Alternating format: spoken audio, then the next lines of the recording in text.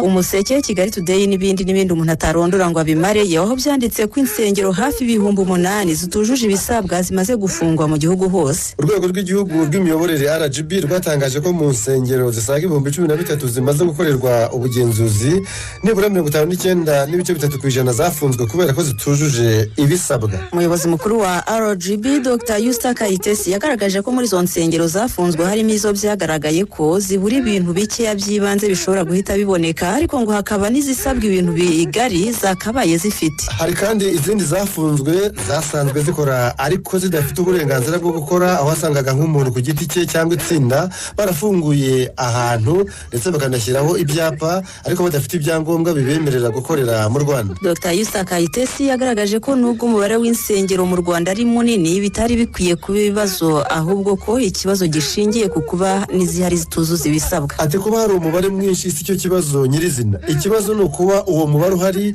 ujyanye n'ibyo twifuza ko byubahirizwa.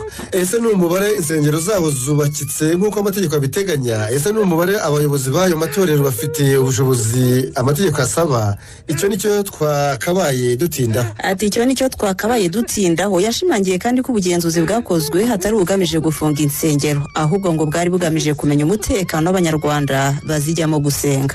Ati ntabwo iri genzura rigamije gufunga insengero kubera ko zabaye nyinshi.